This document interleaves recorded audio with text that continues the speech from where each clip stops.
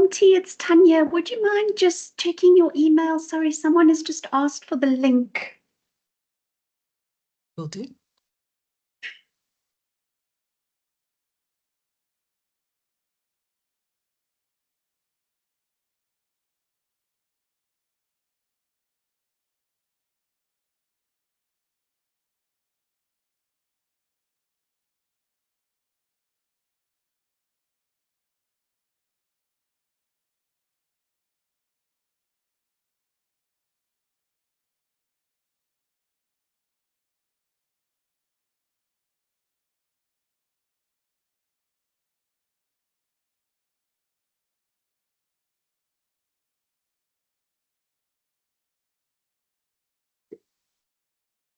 Okay, Nom, so are you going to kick off with the video? Yes, I am. Welcome, everyone.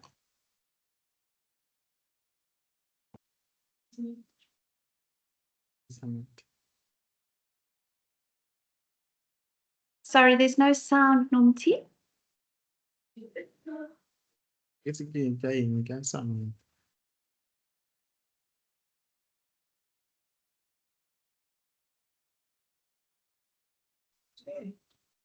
Morning, everybody. Sorry, Tanya, go ahead. Yeah, go ahead. I just wanted to let everyone know we're going to start off with a video and then we'll do an official welcome. Perfect.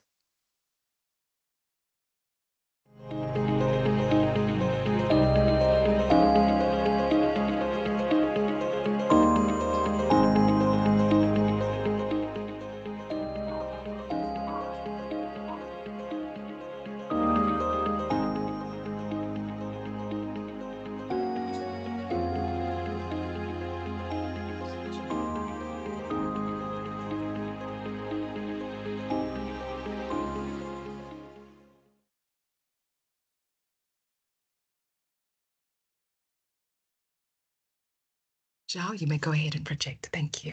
You may begin.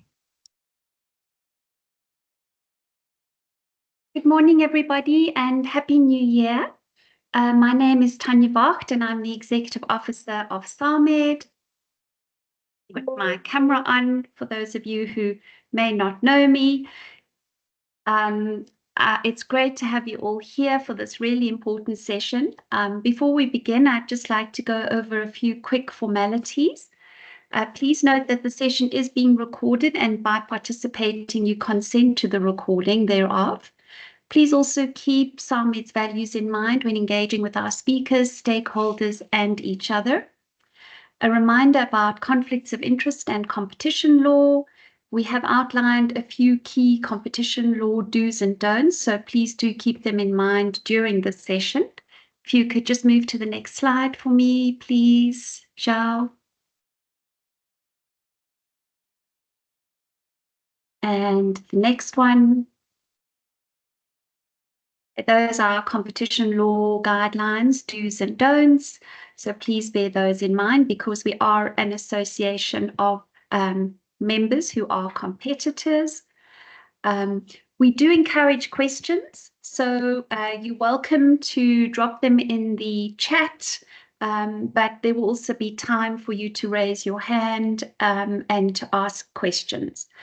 If you still have questions after the session, please feel free to reach out to Nomti and she will make sure that they are directed to our partner in this initiative, Syenza. Okay, so why are we holding this session? Why are we embarking on this partnership and this initiative? Last year, and actually not just last year, I get this quite often, particularly towards the end of each year. Many of our members approach SAMED and they express concerns about the engagements that they have with medical schemes regarding product reimbursement. Not just in terms of price, but increases or not, but also in terms of, innovative technologies and the struggles and the challenges they experience in getting those products reimbursed or through an HTA. So SAMED's Market Access Committee has partnered with Syenza to help equip members with the knowledge and skills to navigate this challenging area and empower you so that your engagements with the schemes are more successful. I'm now going to introduce you to João Carapinha, who is the founder of Syenza, and João will facilitate this session. Welcome, João, and over to you. Tanya, thank you so much for the introduction, colleagues and friends that are on the call. Thank you so much for connecting this morning. It's a pleasure to be with you. Over the next few minutes, I'm going to be providing an overview of what to anticipate in the comprehensive HTA and HEOR training and the partnership that SAMED and Syenza has entered. It's been many months in the making, in the sense that we have required to think through what are the typical challenges that SAMED member companies experience, what could be practically put together in a webinar series that would be adding value to the processes that you're currently undertaking as SAMED member companies in your activities to diffuse innovation, and that is to secure reimbursement by medical schemes and private health insurance companies. So for us here at Syenza, we're very excited to be partnering with SAMED member companies, SAMED, the association itself. We acknowledge that the membership is very diverse, that there are many different therapeutic area interests, many different backgrounds as well, professional backgrounds too. And those points I'd like to revisit in just a few moments. So in the presentation today is, I want to talk about what you should anticipate in the HTA HEOR webinar series, but then also provide the results of the survey that's currently open, and we'll keep it open for a few more weeks. If you haven't had an opportunity to complete the survey, please do so. I'll provide you a link a little bit later on. That you can use to enter your responses. And that helps us then to adapt and customize the resources. We don't want to be developing content or customizing content that we already have for purpose that doesn't fit directly with the immediate needs. Before we get started, just by way of an introduction, Syenza has been around since January 2009. We have multiple clients across multiple regions, including South Africa, across the medtech and also pharmaceutical industry.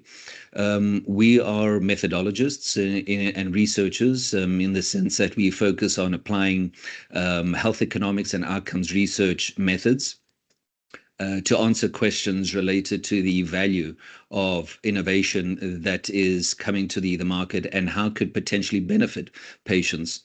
We also have a second stream of activities, which is market access, and that entails development of value dossiers, HTA submissions to medical schemes, national reimbursement agencies in Europe and also in the Middle East. We have a substantial work stream in this area.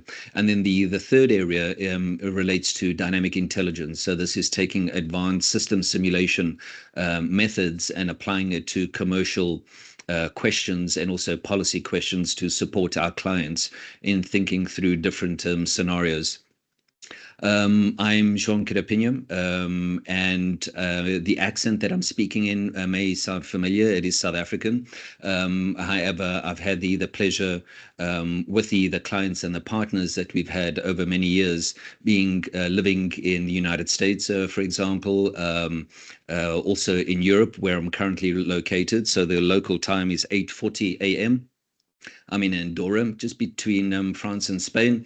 We have Syenza colleagues that are based in Boston, Massachusetts, Washington, D.C., Johannesburg, South Africa, Barcelona, and then also associate partners that are based in other countries, and happy to provide further details. I'm an affiliate assistant professor at Northeastern University School of Pharmacy in Boston, Massachusetts, but that's only about 15% of my time, where I teach students methods in economic evaluation of medical devices and also pharmaceuticals. So the content that is going to be delivered during the webinar series is an extrapolation of the content that is taught to PharmD students at Boston, Massachusetts, at the School of Pharmacy. It is a focused delivery of content, though, and I'll get into more details a little later on how that content is focused. And I'll also talk to the availability of a certificate of completion and also a certificate of attendance that would be available for anyone that completes the webinar series. So the purpose of the webinar series coming up is to respond to immediate commercial challenges that SAMED member companies face, but more importantly, to deliver key pieces of knowledge across the field of health technology assessment and health economics and outcomes research, so that you have the tools, familiarity with the methods that are involved in health economics and outcomes research, but then also developing a greater confidence in some of the concepts that are frequently utilized. These we feel are important because when you are engaging in direct correspondence, email, or alternatively, if you are in the boardrooms at Discovery Health or MedScheme or GEMS or other medical schemes, having this language and having the knowledge boosts your confidence and also boosts your ability to ask the right questions and to determine whether letters of acceptance or letters of rejection that you may receive from medical schemes, how to potentially respond to those correspondence utilizing technical and scientific language. So over the 10 webinar series, we'll be exposing you to each of these elements in greater detail. It's very practice oriented in the sense that the content that we're going to be customizing will be based on case studies.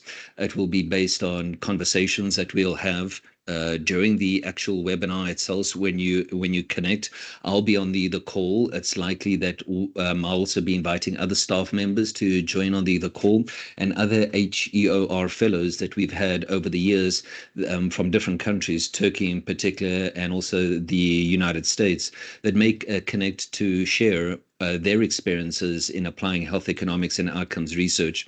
So it's very interactive, the 10 monthly webinars starting on March the 7th, running through to November at the end of the year. And each webinar will be 45 minutes to an hour.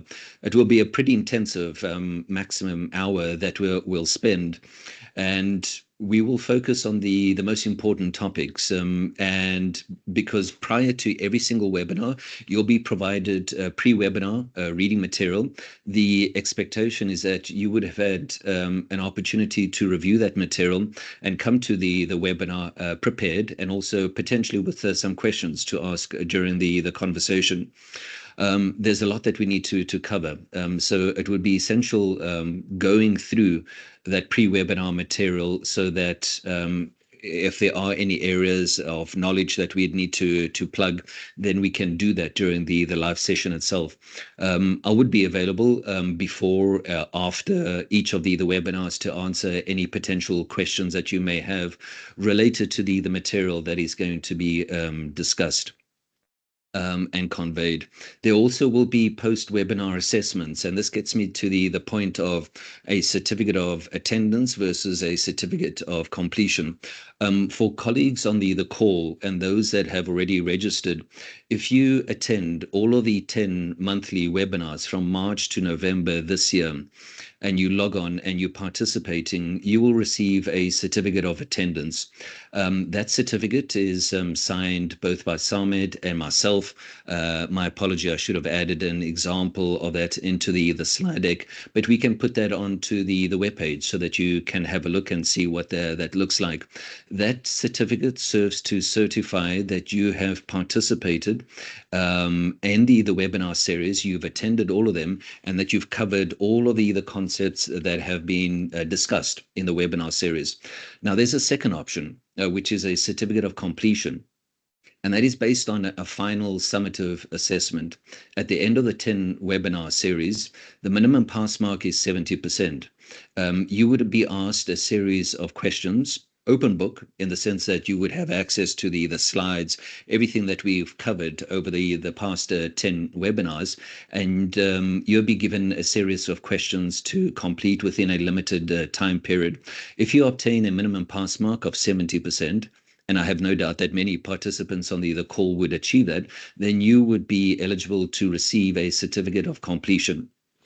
The only difference between the two certificates is a certificate of completion then certifies that you have successfully achieved this minimum pass rate across all of the content that is being provided over the past 10 months.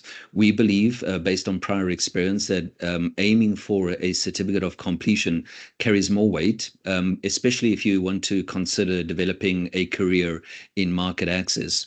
A little later in the presentation, I'll share more details on who we anticipate being on the webinar series and potential career shifts that some colleagues may be thinking of initiating in the future.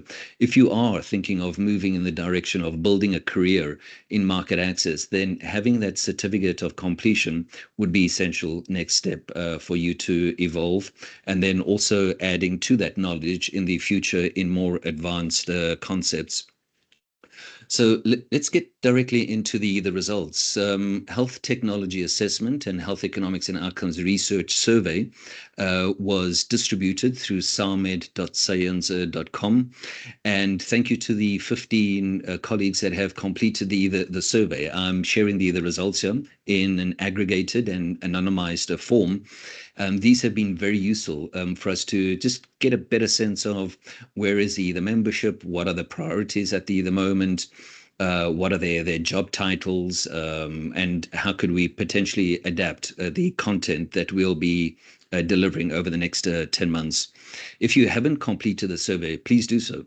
When you do enter the system, you'll go through just one or two screens to confirm that you consent to completing the survey. If you provide your details, they are confidential. They'll never be shared with anyone else. Those responses are entirely private and confidential. We're only interested in better understanding at the aggregate level is what is the current demand for HTA and HEOR training. So what we're doing here in partnership with SAMED is not generic. It's responding specifically to the needs of SAMED member companies and trying to, as far as possible, find a happy medium between some colleagues that are at advanced stages in HTA and HEOR, some colleagues that are at a very basic level and just entering this field and feel somewhat lost. So we need to try and strike a right balance between these extremes. So this is the years of experience amongst the 15 participants that have responded thus far. Majority, about 50%, have little experience, less than 10 years. The other 50% stretches across categories of 10 to 14 years, up to 25 to 29 years. This is your leadership teams, directors, owners of businesses that are SAMED ordinary members. And this group over here are young professionals that are in the medtech industry that are potentially considering integrating HTA and HEOR content and knowledge into their work practices. So this is a diverse audience, right? And we, related to that, we're also aiming then to potentially leverage the diverse experiences and backgrounds of each of the attendees.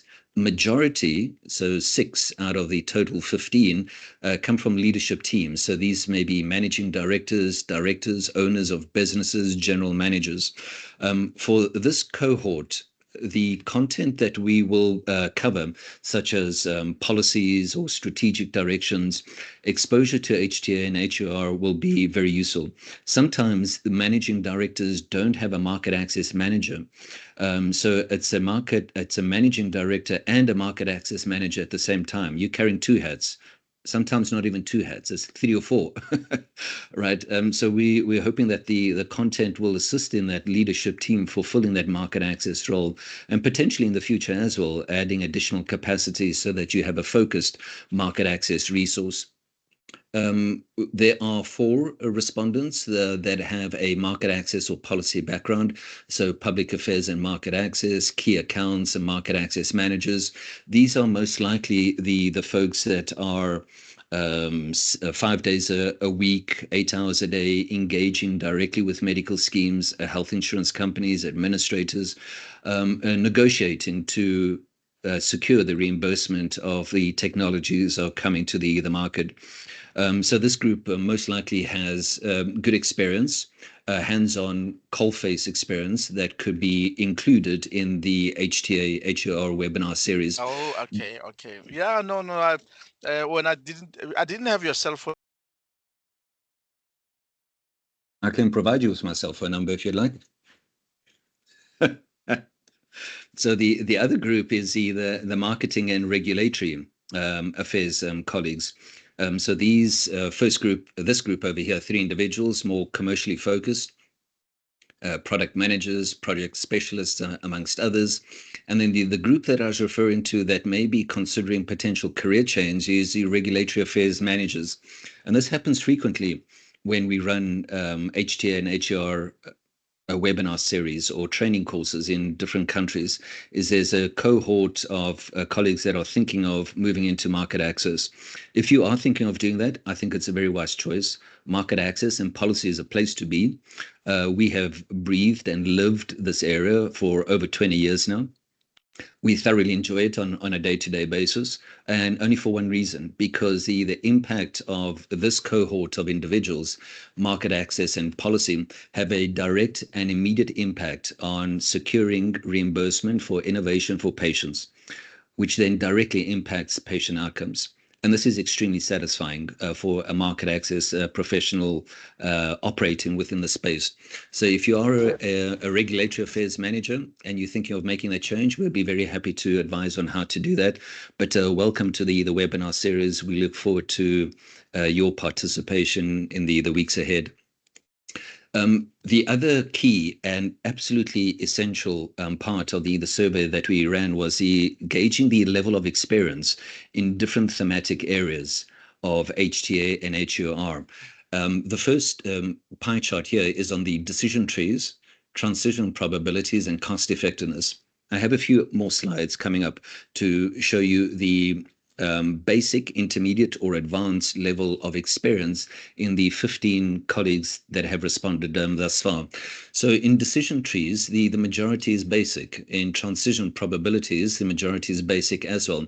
It appears that amongst the 15 respondents, there is some experience at the intermediate and advanced level in cost effectiveness analysis. This is the most popular methodology. I'm not surprised too. With that result. But what is the gap that we would need to spend more time on is discussing transition probabilities. This is the core of any decision tree. It determines the movement of a patient cohort from the beginning stage to the end stage and how they are distributed into different healthcare states.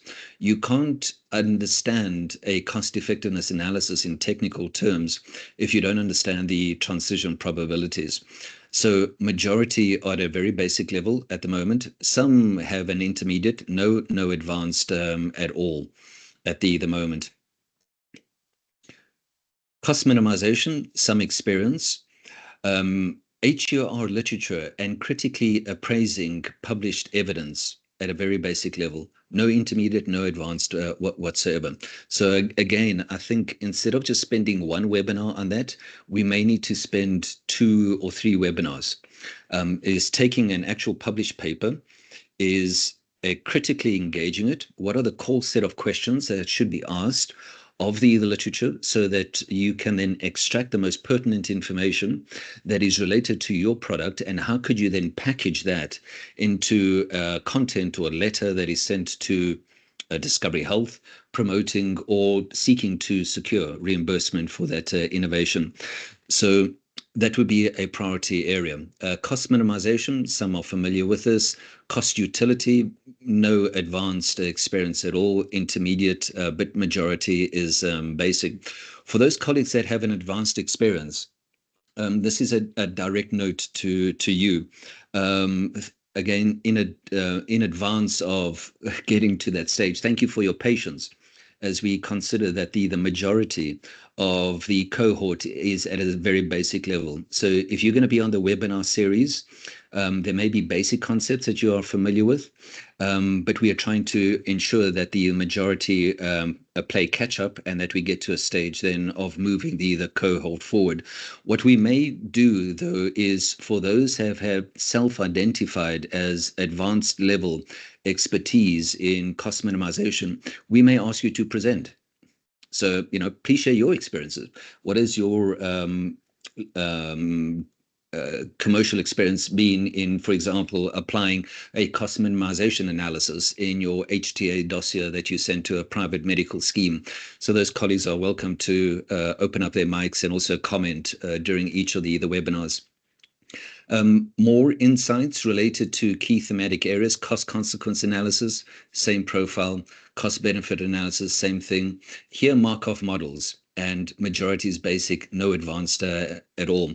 And the key parts that are emerging in this analysis is Markov models and transition probabilities go hand in hand. That determines a structure, that determines a movement of people through an economic model that answers one question, which is, what is the value of the innovation compared to the standard of care? You got to understand the structure and the transition probabilities. Usually that data is presented in a health economics and outcomes research publication, scientific peer-reviewed paper, and we'll be spending more time on that. So from our perspective, it seems clear what the priorities are here. There is some experience, definitely not the majority, but a good portion of experience at the intermediate and advanced level in budget impact analysis. And so we could leverage that. And we've done a ton of this in the past at Syenza. We've also published it in peer-reviewed journals.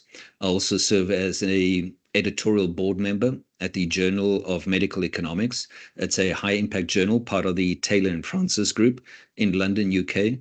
And I frequently peer review budget impact models by other researchers that are submitted. So we could revisit this point as well in greater detail, but not as much detail as the Markov models.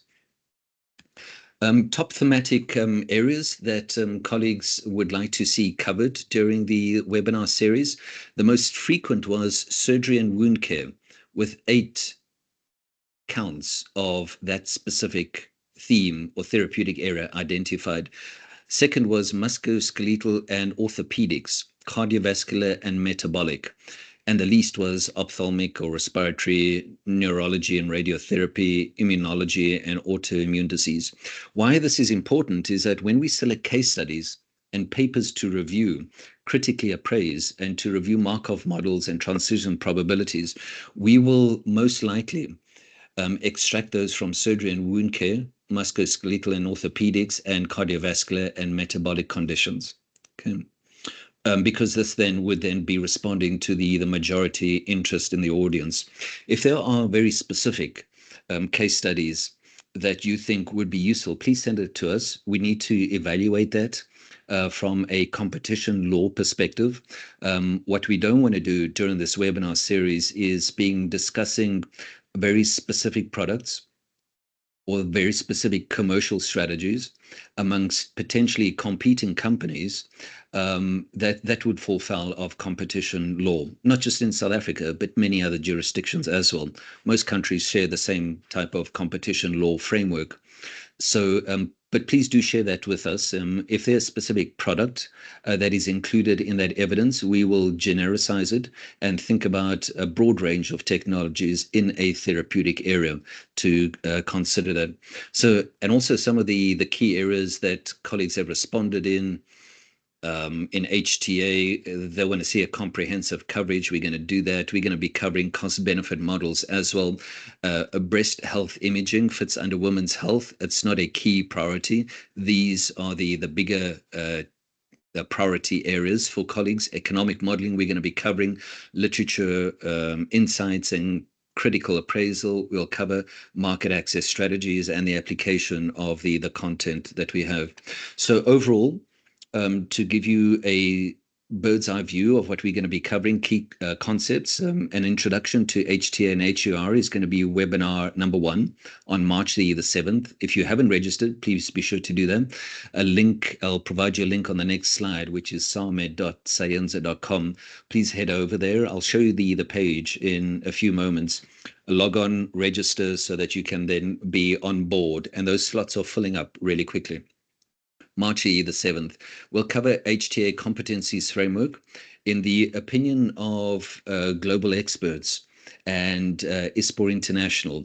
What are the core competencies to be able to succeed as an HTA professional or an HUR professional in the future?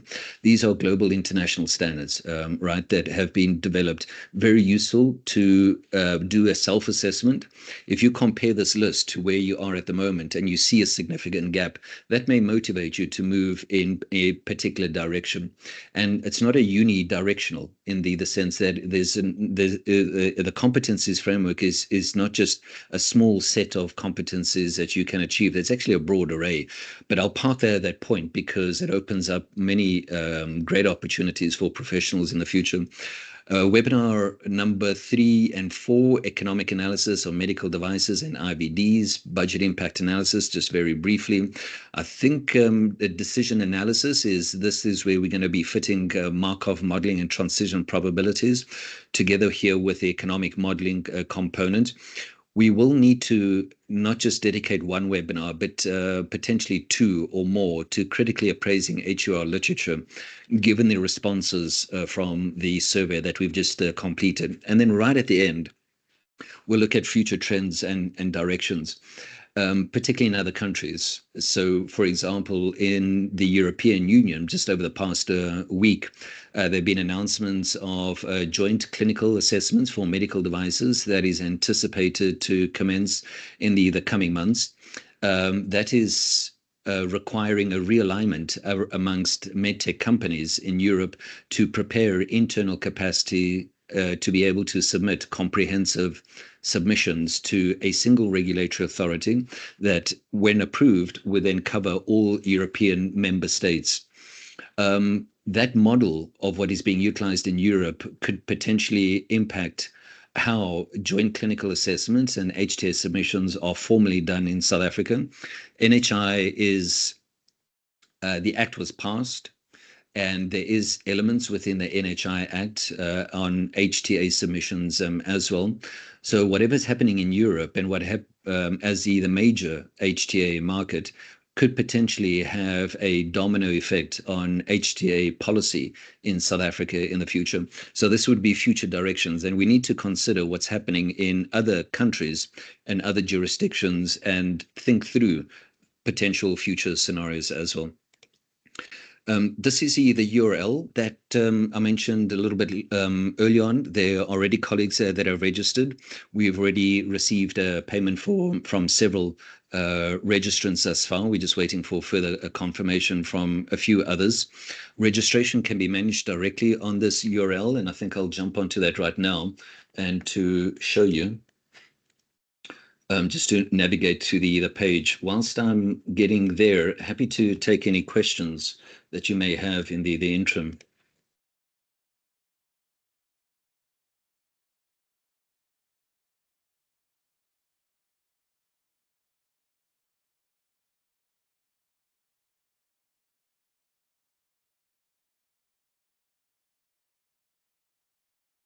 Are there no questions for Zhao? Yeah, here's the page.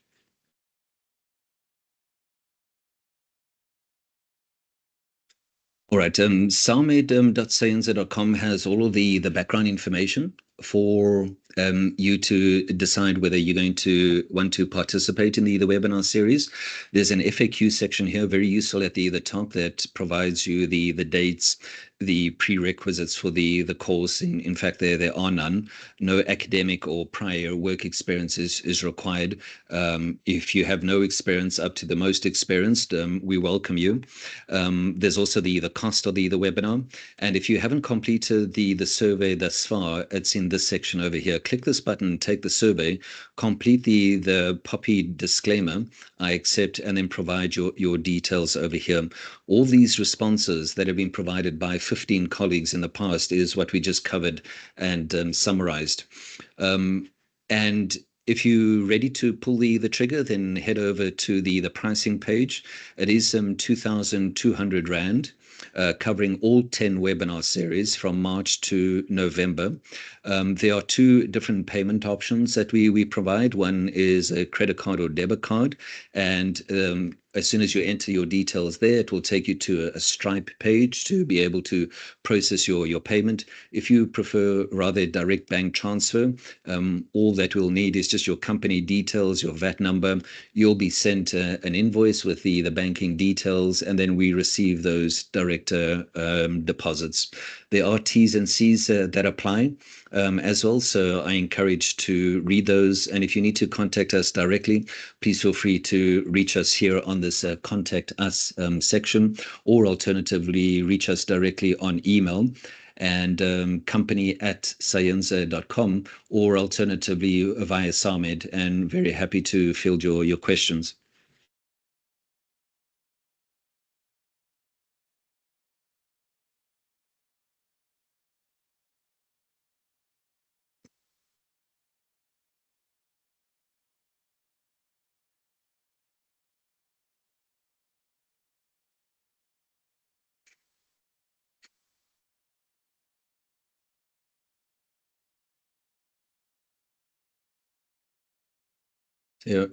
Robin, would you like to unmute yourself, Robin, and go ahead? Yeah, sure. So when I go to that page to register the payment, it keeps taking me back to a page that says, thank you for taking the survey. So how do we then get into the course? Which link did you press on? Was it this one, register now? Yes. Okay, and you've entered your details, and which payment option do you? No, when I say register now, it just takes me back to thank you for taking the survey. I'm not sure. I'm doing it now. And yeah, just goes thank you for completing the survey. So it doesn't actually take me to the next page. Are you? I'm having the same issue as well. It's Are you on take the survey or to register? Because the two are different. To register. Okay, let's set up a screen share immediately after this, and I can look at your screen and then also invite our technical colleagues to have a look at that. Okay, great. Thank you. And happy to help with that, and we can direct you on what your next steps would be. Okay, thank you. You're welcome. Frangelina, you also had your hand up, I believe. No, it was the same question, but also I wanted to find out if I know setting up a vendor in a system might take some time. So you don't have that relation with SAMED where one can pay to SAMED and then money transfer to Syenza. So the payment options that we've provided thus far, if you have credit and debit card, that is an option, or a bank transfer. And the way that this is being utilized for SAMED ordinary members where Syenza is not listed as a vendor, we submit an estimate. The estimate then goes through to your finance team. They issue a purchase order number, comes back to us. We add the purchase order number and then convert that into an invoice and send it over to you. We've already done that with a few SAMED ordinary members, and the process is quite quick. But provided that you select the bank transfer and purchase order option, and then just provide your company details here, and usually within a couple of hours we get that out to you. Okay, thanks. You're most welcome.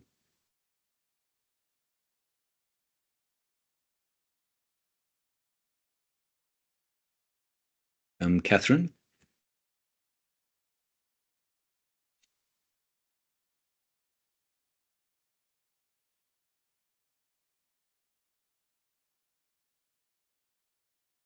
Hi. When I registered, it didn't give me the drop-down menu for the payment options. So I just went in now and had a look to see if I could access it. So Who do I contact to make payment? Okay, contact me directly, and then our finance team will get that we'll process that for you with pleasure. We'll send you also a direct link. What I suspect may be happening as well is if your company utilizes Microsoft products, Yes. Microsoft Edge or Microsoft Teams, if you have a whole bundle, then there is a corporate firewall that is preventing the display of some of these buttons. And that's a security Okay. policy, not on our end, but on Microsoft end and your security policies. Our suggestion is that you utilize Chrome or Brave as alternative options, or Microsoft, not Microsoft, Firefox. I'm on Okay. Firefox at the moment, and it works really well. If that doesn't work, and I have no doubt that it would, then just jump onto your mobile phone. All of these forms are available there as well, and they will work without any restriction. Okay. All right. Thank you. You're most welcome.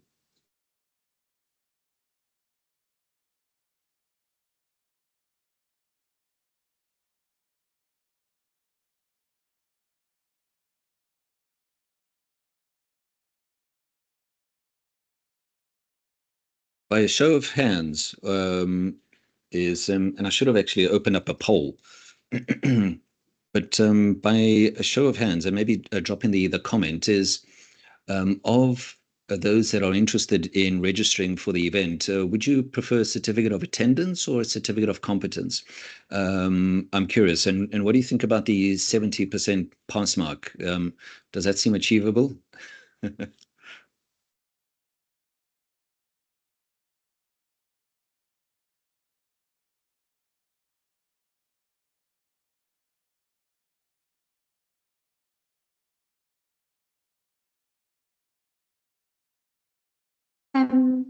Zhao, I see some hands raised. Catherine?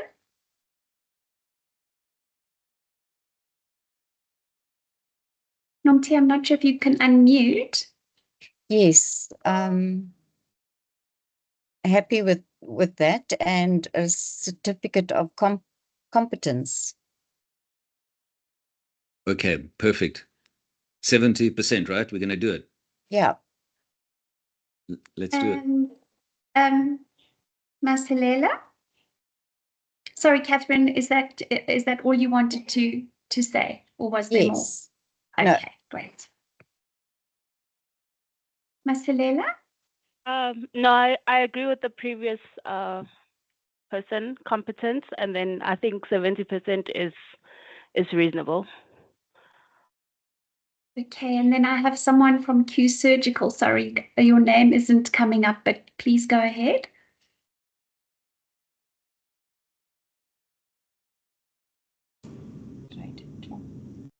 Hi, yes, we are interested in the competence certificate. Great.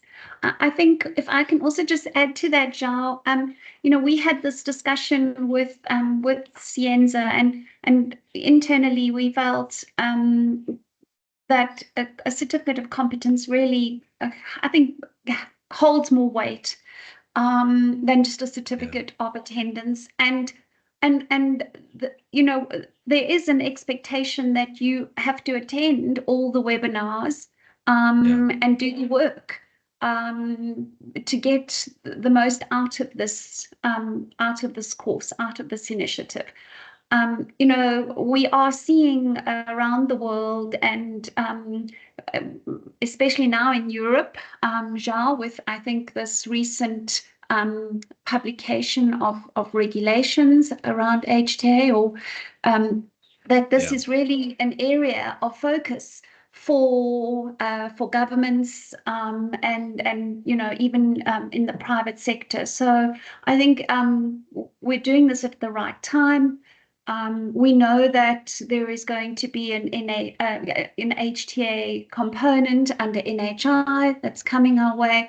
Our members are challenged, they're experiencing challenges, and struggles in this space in the private sector. So I think, it is something that we really do believe will support the members. And also when the members are talking with one voice, you know, at the moment, I think there's such varying and different levels of skill and data and you know, sometimes I hear members that say to the likes of a Discovery, well, you know, the exchange rate fluctuations are a reason for us to increase our prices, or load shedding, or you know, cost of logistics that's increased, and therefore you should allow us a price increase. It's not a value-based discussion. It becomes a price-based discussion, and we're not getting anywhere with that. So we really need to make sure that we, I think, up our game. And when the members start talking similar, using similar terminology, using similar sort of methodologies, and that are scientific based and data based, I do believe that as a sector we will have better outcomes. And ultimately, you know, it is about better outcomes. It's about improving the health system. It's about patient access. And so I think you know, this is a very worthy initiative. Yeah. And Thank Tanya, you, Tanya. maybe you can also add to CPD points. I mean, for the Pharmacy Council, if you're a pharmacist, I've seen some of it. I mean, if you're adding more knowledge in that line, in regulatory, you write it down as part of your CPD points. So just on that, would we need to then approach the Pharmacy Council and request whether they would provide CPD points for this course? Yeah, I think you can. Okay. I will if I if I register, I will expose that to SAPC and see if they recognize. I mean, the content really will help in terms of health, you know, the health space. Shal, could that be something that we look at? Maybe approaching both SAMA and the Pharmacy Council and see if we can have CPD points added to the course? So Yes, that is a possibility. So what's a work in progress at the moment is we've received from NOMFI a questionnaire, some technical documents related to a SAMED application for CPD accreditation. And like I said, there's work in progress because there's a range of documents that need to be prepared and sent over. Perhaps, and we're unfamiliar with what the requirements are at the South African Pharmacy Council, but perhaps the core technical documents that we put together for SAMED could also be utilized for SAPC. Maybe the requirements are different. So I think we would need to reach out and find out what their requirements are, unless the member that just spoke up is familiar with the process and could provide further details. That would also be very helpful. Frangie, I think it was Frangie who spoke. Yeah. Frangie, if you have those details, could you maybe share them with NOMTI? Will do. Thanks. Thank you. Okay, are there any more questions perhaps, or comments? Christy. Hello. I just wanted to find out if we know what time of day and which days we would have these webinars. Yeah, sure. Let me do a quick screen share, and that's available on samed.syenza.com. And here you are. Here's the dates. So we'll get started on 7th of March at 10 a.m. SAST, and the schedule has been set out for the rest of the year, 14th of March here. So when you have an opportunity, just go in. If you do plan to register, submit the registration form and then drop these into your schedule. Great, thank you so much. You're welcome. And if I may, Zhao, I just want to mention that there are some other sort of strategies or initiatives that we are considering. So we met with the Council for Medical Schemes, I think it was 2 weeks ago, myself and the chair and vice chair of the Market Access Committee. And we are probably going to put together a task team to look at the kind of device-related data that the medical schemes are reporting on to the Council for Medical Schemes, because they publish a report every year. But, you know, if we can get more granular data from the schemes, that might be very helpful for members. We will be holding a forum in due course also where we unpack the current Council for Medical Schemes report and what data is available. It's quite interesting. I think some of the members are not aware that there is data there that they can potentially tap into and use in their discussions and strategize strategies. And obviously, you know, there are organizations out there that are selling data, the likes of IQVIA or Quantium, etc. It's very expensive, but you know, we will. I will have some discussions and hopefully see if we can get some discounts maybe for SAMED members. But yeah, so there are other initiatives that we're considering to support the members in this space. Okay, I see someone's hand up. Michael?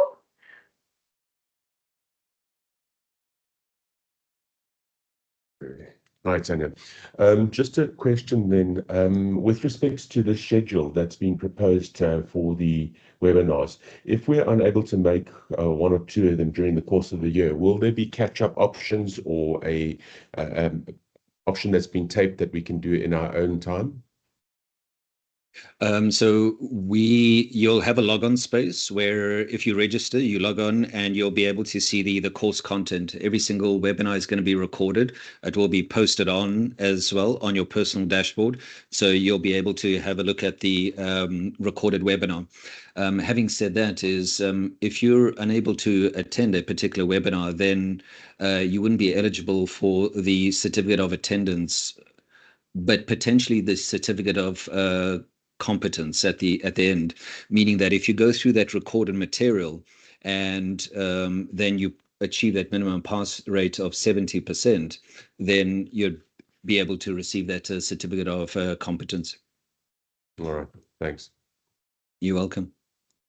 I think if I may, I know that life gets challenging sometimes and things happen that are beyond our control, but we really do want to urge people that if you sign up, try as best to attend the webinars in person, because, you know, it's really a lot of the value will be in the discussions, in the sharing, and not just, you know, in terms of listening to the recordings.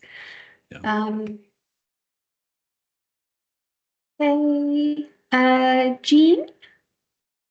Hi, thank you very much. I just want to find out if you had to relate it to an NFQ level, if we enrolled someone who was quite junior, would they cope?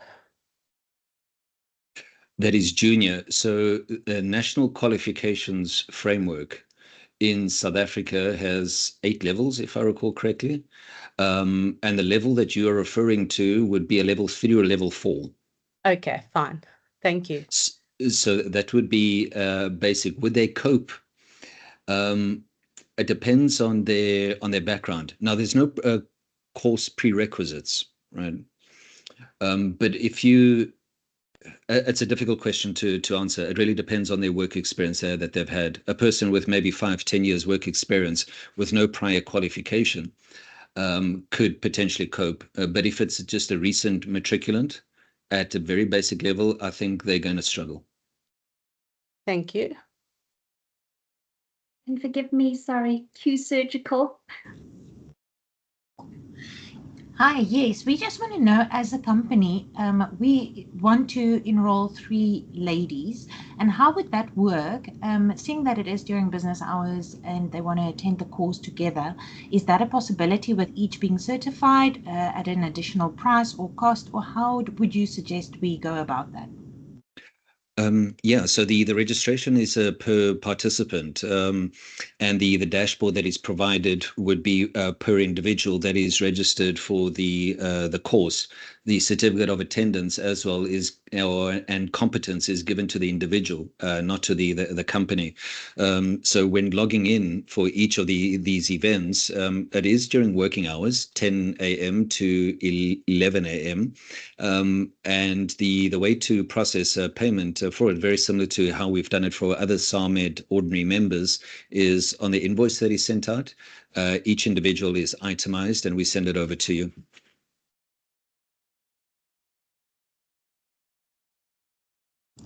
Thank you. You're welcome. Okay, we've got a few minutes left before the end of the session. So any more questions? But if you think of them after the session, please feel free to reach out to Normity and she'll forward them to Zhao. Zhao, there isn't I think a limit. Emmanuel, go ahead. Thank you very much. I just want to find out when can we expect the first batch of materials before the first webinar? Approximately a week before the first webinar is set to get started. So on March the 7th, expected on March the 1st or the 2nd.